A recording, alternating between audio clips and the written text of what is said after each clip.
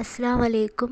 എനിക്ക് നിങ്ങളോട് എല്ലാവരോടും കുറച്ച് കാര്യങ്ങൾ ഷെയർ ചെയ്യണമെന്ന് തോന്നി. അതുകൊണ്ടാണ് ഞാനിപ്പോൾ ഇങ്ങനെ ഒരു വോയിസ് ചെയ്യുന്നത്. എസ്പെഷ്യലി എനിക്ക് പറയാനുള്ളത് പെൺകുട്ടികളോടാണ്.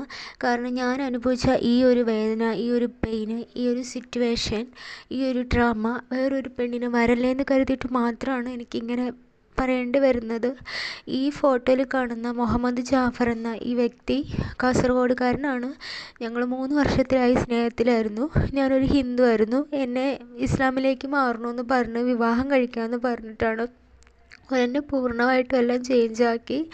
എൻ്റെ ഫാമിലീനെ എന്നിൽ നിന്ന് അകറ്റി, എന്നെ അവരിൽ നിന്നെല്ലാം വെറുപ്പിച്ച് എന്നെ ദുബായിലേക്ക് കൂട്ടിക്കൊണ്ട് പോയി.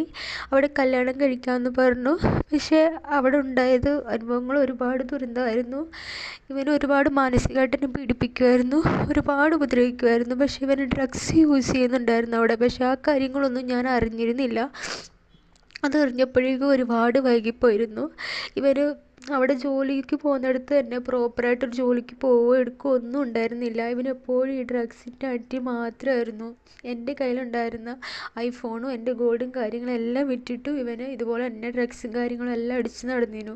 ഞാൻ ഇവനോട് ചോദ്യം ചെയ്തപ്പോൾ ഇവൻ എന്നോട് പറഞ്ഞത് അത് അവിടെ കൊടുത്തു എന്ന് പറഞ്ഞ് ഓരോ കാര്യങ്ങൾ ഇവന് എക്സ്പ്ലെയിൻ ചെയ്തു. പക്ഷേ അതൊന്നും ഒരു പ്രോപ്പറായിട്ടൊരു ആൻസർ ആയിരുന്നില്ല എന്ന് എനിക്കറിയാം. പക്ഷേ എനിക്ക് ഇവനോട് കൂടുതലൊന്നും ചോദിക്കാൻ പറ്റിയില്ല. കാരണം ഞാൻ എൻ്റെ ഫാമിലീനെ വെറുപ്പിച്ച് ഇവൻ്റെ കൂടെ പോയതുകൊണ്ട് എനിക്ക് ഇവനോട് കൂടുതലൊന്നും ചോദിക്കാൻ പറ്റിയിരുന്നില്ല.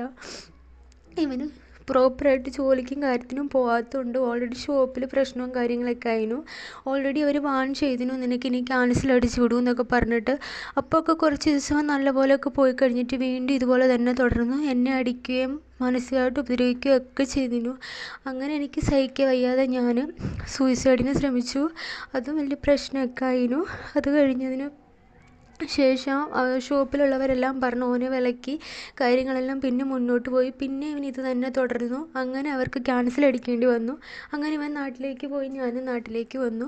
അതിനുശേഷം ഇവനാണെങ്കിൽ എന്നെ കാണാൻ വീണ്ടും ഹൈദരാബാദിലേക്ക് വന്നു. അവിടെ റൂം എടുത്തു. നമുക്ക് വിവാഹം കഴിക്കാം, നമുക്കൊന്നിച്ച് ജീവിക്കാം, നവംബറിൽ എവിടെയെങ്കിലും പോവാം, സെറ്റിലാവാം എന്നൊക്കെ പറഞ്ഞിട്ടാണ് വീണ്ടും വന്നത്. വന്നതിന് ശേഷം ഇവൻ എന്നിട്ട് തിരിച്ച് നാട്ടിലേക്ക് പോയതിന് ശേഷം പിന്നെ ഫോണിൽ വിളിക്കുമ്പോൾ ഇവൻ്റെ ഫോൺ സ്വിച്ച് ഓഫും നോട്ട് റീച്ചബിൾ എന്നൊക്കെയാണ് പറയുന്നത്. ഇനി ഞാൻ അയച്ച മെസ്സേജിനൊന്നും ഇവന് റീപ്ലൈ തരുന്നില്ല. അങ്ങനെ ഇവൻ്റെ വാപ്പയ്ക്ക് ഞാൻ വിളിച്ച് ചോദിച്ചപ്പോൾ അവർ പറഞ്ഞത് അവനിവിടെ ഇല്ല, ഫോണൊക്കെ എറിഞ്ഞ് പൊട്ടിച്ച് എങ്ങോട്ടോ പോയി, ഞങ്ങൾക്ക് അറിയില്ല, അങ്ങനെ ഇങ്ങനെയൊക്കെയാണ് അവർ പറഞ്ഞത്. എന്താ സത്യാവസ്ഥ ഒന്നും എനിക്കറിയില്ല. ഞാൻ ഇവൻ്റെ വീട്ടിൽ കാര്യങ്ങളെല്ലാം ചോദിക്കാൻ വേണ്ടി ചെന്ന സമയത്ത് ഇവനെ ഫോൺ വിളിച്ചിട്ട് ഓളിവിടെ വന്നിട്ടുണ്ടെന്ന് പറഞ്ഞപ്പോൾ അവന് ഫോണിലൂടെ പറഞ്ഞത് എത്രയും പെട്ടെന്ന് എൻ്റെ വീട്ടിൽ നിന്ന് പോയിക്കോ, അല്ല ഞാൻ നിന്നെ കത്തിച്ച് കളയും എന്നൊക്കെയാണ്